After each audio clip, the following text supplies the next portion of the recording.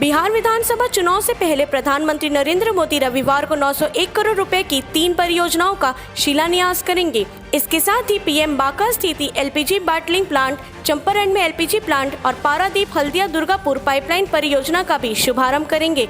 कार्यक्रम के दौरान बिहार के मुख्यमंत्री भी मौजूद रहेंगे। गृह मंत्री अमित शाह को पिछले काफी वक्त से सेहत से जुड़ी दिक्कतों का सामना करना पड़ रहा है। ऐसे में अमित शाह को एक बार फिर से दिल्ली में एम्स में भर्ती करवाया गया है। देर रात 11 बजे गृह मंत्री अमित शाह को एक बार फिर से एम्स में भर्ती किया गया है। पिछले दिनों गृह मंत्री अमित शाह कोरोना वायरस से संक्रमित पाए गए थे। हालांकि इलाज के कारण कोरोना नेगेटिव पाए जाने के बाद गृह मंत्री अमित शाह को अस्पताल से डिस्चार्ज कर दिया गया था। वहीं अब अमित शाह को सांस लेने में तकलीफ के चलते अस्पताल में भर्ती किया गया है। अमित शाह को शनिवार रात 11 बजे एम्स में भर्ती किया गया है। वहीं सूत्रों का कहना है कि कोरोना वायरस से उभरने के बाद अमित शाह सांस लेने में समस्या का सामना कर रहे हैं। एम्स के एक सूत्र ने कहा, यह बेहतर होगा कि कुछ वक्त के लिए अमित शाह अस्पताल में रहे, जहां निगरानी में रखकर उनका इलाज हो सके। मुख्यमंत्री भूपेश बघेल ने आज प्रसारित अपनी रेडियो वार्ता लोकवाणी की 10वीं कड़ी में समावेशी विकास आपकी आस विषय पर श्रोताओं के साथ अपने विचार साझा किए। उन्होंने कहा कि महात्मा गांधी, पंडित नेहरू, सरदार पटेल, डॉक्टर अंबेडकर, शास्त्री, आज़ाद, मौलाना जैसे हमारे नेता जिस न्याय की बात करते थे, उसी साझी विरासत से हमें विकास का छत्तीसगढ़ी मॉडल मिला है। समावेश का सरल अर्थ होता है समाज के सभी वर्गों के साथ मिलकर चलना, सभी की भागीदारी, सबके विकास की व्यवस्था। उन्होंने कहा कि किसान को जब हम अर्थव्यवस्था की धुरी मान लेंगे तो समझ लीजिए कि समावेशी की विकास की धुरी तक पहुंच गए हैं। छत्तीसगढ़ सरकार ने किसानों को अर्थव्यवस्था के केंद्र में रखा है। मुख्यमंत्री ने लोकवाणी में ही घोषणा करते हुए कहा कि राजमेरागढ़ और कबीर चबूतरा की प्राकृतिक छटा और ऐतिहासिक महत्व का सम्मान करते हुए यहां इको रिजॉर्ट, कैफेटेरिया तथा अन्य पर्यटक अधोसंरचनाओं का विकास तेजी से किया जाएगा। फिलहाल इसके लिए 7 करोड़ रुपए की लागत से विकास कार्य शीघ्र शुरू होंगे। हाल ही में आरजेडी से इस्तीफा देने वाले पूर्व केंद्रीय मंत्री रघुवंश प्रसाद सिंह इस दुनिया में नहीं रहे। दिल्ली के एम्स अस्पताल में उन्होंने आखिरी सांस ली। इससे पहले रघुवंश प्रसाद कोरोना संक्रमित भी हुए थे, लेकिन उन्होंने वायरस से जंग जीत ली थी। आरजेडी के कद्दावर नेता रघुवंश प्रसाद सिंह लंबे समय से पार्टी से नाराज चल रहे थे। वास्तविक नियंत्रण रेखा एलएसी पर तनाव घटाने के लिए भारत और चीन के विदेश मंत्रियों के बीच बातचीत के बाद सेना ने लेफ्टिनेंट जनरल स्तर की वार्ता के लिए अपनी तैयारियां पूरी कर ली है। बातचीत की तारीख अभी तय नहीं हुई है, लेकिन यहां अगले सप्ताह के शुरुआत में संभवतः मंगलवार को हो सकती है। सूत्रों के अनुसार दोनों देशों के विदेश मंत्रियों के बीच बनी 5 सूत्रीय सहमति के अनुरूप सेना ने वार्ता के लिए अपनी रणनीति तैयार की है। सेना को उम्मीद है कि यदि चीन भी इसी तैयारी के साथ इस बैठक में शामिल होता है तो फिर कॉर्प कमांडर स्तर की इस बैठक के नतीजे जमीन पर भी दिखाई पड़ सकते हैं। दिल्ली दंगों की चार्जशीट में सीपीएम नेता सीताराम येचुरी का नाम आते ही उन्होंने केंद्र की बीजेपी सरकार पर हमला किया है। सीताराम येचुरी ने कहा है कि केंद्र सरकार ने दिल्ली पुलिस को आदेश दिया है कि विपक्ष को लपेटा जाए किसी भी तरह से। उन्होंने ट्वीट कर कहा है कि यही है मोदी और बीजेपी का असली चेहरा, चरित्र, चाल और चिंतन, इनका विरोध तो होगा ही। देश में बढ़ते कोरोना वायरस के मामलों के बीच केंद्र सरकार स्वास्थ्य मंत्रालय ने कोरोना मरीजों और कोरोना से ठीक हो चुके अन्य लोगों के लिए प्रोटोकॉल सलाह जारी की है। स्वास्थ्य मंत्रालय ने प्रोटोकॉल सलाह में योगासन से लेकर काढ़ा पीने और च्यवनप्राश खाने तक की सलाह दी गई है। रायपुर सहित प्रदेश के कई शहरों में रविवार को आईआईटी और नीट की परीक्षा आयोजित होगी। परीक्षा में करीब 50,000 अभ्यर्थी शामिल होंगे। अभ्यर्थियों को परीक्षा केंद्र तक जाने के लिए राज्य शासन की ओर से ट्रांसपोर्टर सुविधा दी जा रही है। ये परीक्षा दोपहर 2 बजे से 5 बजे तक आयोजित होगी।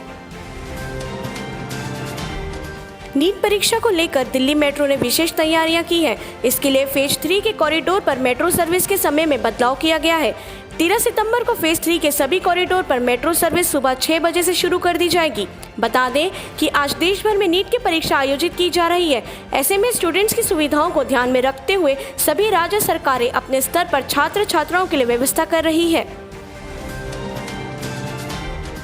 बस्तर आईजी ने 21 मार्च को सुकमा जिले में मिनपा में हुए मुठभेड़ में 23 नक्सलियों के मारे जाने का खुलासा किया है। मिनपा में बड़ी संख्या में नक्सलियों की मौजूदगी की सूचना पर डीआरजी, एसटीएफ और सीआरपीएफ की संयुक्त पार्टी को ऑपरेशन के लिए उतारा गया था। नक्सलियों को घेरने गई पार्टी उनके ही एम्बुश में फंस गई थी और दोनों ओर से जमकर गोलीबारी हुई। इस मुठभेड़ में 17 जवान शहीद हुए थे। बस्तर आईजी ने जवानों के बयान के आधार पर 10 से अधिक नक्सलियों के मारे जाने का दावा किया था। प्रदेश के राजस्व मंत्री व गोरेला पेंड्रा मारवाही जिला के प्रभारी जय सिंह अग्रवाल ने घोषणा की है कि पूर्व मुख्यमंत्री स्वर्गीय अजीत जोगी के पैतृक ग्राम जोगीसार के विकास के लिए गांव को शासन गोद लेगा।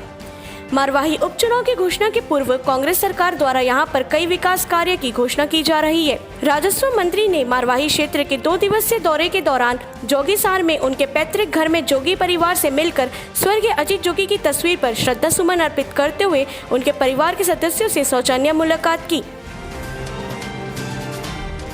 छत्तीसगढ़ और मध्य प्रदेश में कोरोना संक्रमण के मामलों में तेजी से इजाफा हो रहा है। दोनों राज्यों में मौत के आंकड़े भी रोजाना एक नई ऊंचाई को छू रहे हैं। पहले मध्य प्रदेश की गिनती देश के सबसे अधिक संक्रमण वाले राज्यों में होती थी, लेकिन शनिवार को छत्तीसगढ़ ने मध्य प्रदेश को पीछे छोड़ दिया। फिलहाल छत्तीसगढ़ में मध्य प्रदेश की अपेक्षा कई ज्यादा नए कोरोना मरीजों की पुष्टि हुई है। वहीं एक्टिव मरीजों के मामले में छत्तीसगढ़ ने मध्य प्रदेश को पछाड़ दिया है। भारतीय मौसम विभाग IMD ने पूर्व अनुमान जताया है कि 13 सितंबर से अगले 3-4 दिनों तक कुछ राज्यों में भारी बारिश की संभावना है। स्काईमेट वेदर के मुताबिक छत्तीसगढ़, बिहार, मध्य प्रदेश, झारखंड, विदर्भ के अलग अलग जगहों पर गरज के साथ बारिश होने की संभावना है। बता दें, अब तक छत्तीसगढ़ में 1105.7 मिलीमीटर औसत वर्षा दर्ज की गई है। इस बारिश से किसानों को धान के बढ़िया फसल होने की उम्मीद है। सौरव किशन और छोटे मोहम्मद रफी का वीडियो इन दिनों इंटरनेट पर खूब धूम मचा रहा है। सौरव को छोटा मोहम्मद रफी कहे जाने के पीछे वजह ये है कि उनकी आवाज़ काफ़ी हद तक मोहम्मद रफी से मेल खाती है। यही वजह है कि उनके फैंस उन्हें छोटे मोहम्मद रफी कहकर बुलाते हैं। आपको बता दें, रफी के वीडियो सोशल मीडिया पर काफ़ी वायरल हो रहे हैं। बॉलीवुड एक्ट्रेस रिया चक्रवर्ती ने ड्रग्स की लेन देन में कई बॉलीवुड सेलिब्रिटीज के नाम लिए हैं। खबरों के मुताबिक करीब 25 लोग ड्रग्स की लेन देन में शामिल हैं। इन सभी के खिलाफ समन जारी कर एनसीबी जल्द पूछताछ करेगी। अब खबर आ रही है कि रिया चक्रवर्ती ने नार्कोटिक्स कंट्रोल ब्यूरो को सुशांत सिंह राजपूत मौत केस में एक नया अपडेट दिया है। रिया का कहना है कि सुशांत को ड्रग्स के एक टॉप फिल्म मेकर ने रूबरू कराया था। हालांकि इस फिल्म मेकर का अभी तक नाम सामने नहीं आया है। बॉलीवुड एक्टर रणबीर कपूर काम पर वापस लौट चुके हैं। लॉकडाउन के बाद रणबीर कपूर मुंबई में शूटिंग करते दिखाई दिए। इस दौरान उन्होंने पुलिस की यूनिफॉर्म पहनी हुई थी। वहां इस गेटअप में शूटिंग के लिए निकल रहे थे। सोशल मीडिया पर रणबीर कपूर की यह फोटो तेजी से वायरल हो रही है। इसके साथ ही एक फोटो में रणबीर को इस गेटअप में अपने को स्टार्स संग ब्रेक पर भी देखा गया। भारतीय क्रिकेट सिस्टम की तारीफ करते हुए पाकिस्तान के पूर्व तेज गेंदबाज शोएब अख्तर ने कहा कि इससे विराट कोहली को काफी फायदा पहुंचा है। अख्तर ने कहा है कि कोहली को भारतीय क्रिकेट ने काफी मदद की और इसी कारण वह इस समय विश्व के शीर्ष बल्लेबाज हैं। अख्तर ने साथ ही कहा कि कोहली 10 साल पहले एक बिगड़ैल बच्चे की तरह थे, लेकिन भारतीय सिस्टम ने उन्हें बदला। अख्तर ने एक यूट्यूब शो पर कहा, कोहली एक अलग ही स्तर पर पहुंच गए हैं, लेकिन कोहली ब्रांड के पीछे कौन है? 2010-2011 में कोहली कहीं नहीं थे। वह ग्रुप का हिस्सा थे और मेरी तरह एक बिगड़ैल बच्चे थे। अचानक से वहां के सिस्टम ने उसका साथ दिया, मैनेजमेंट उनका साथ रहा। उन्हें भी यह एहसास हुआ कि काफी कुछ दांव पर है। 22 साल की चौथा वर्षीय जापान की नाओमी ओसाका ने अमेरिका ओपन का खिताब जीत लिया है। उन्होंने महिला सिंगल्स फाइनल में बेलारूस की विक्टोरिया अज़रेंका को 3 सेट तक चले मुकाबले में 1-6, 6-3 से मात दी। इसके साथ ही ओसाका ने 3 साल में दूसरी बार अमेरिका ओपन पर कब्जा किया। ओसाका का यह तीसरा ग्रैंड स्लैम खिताब है।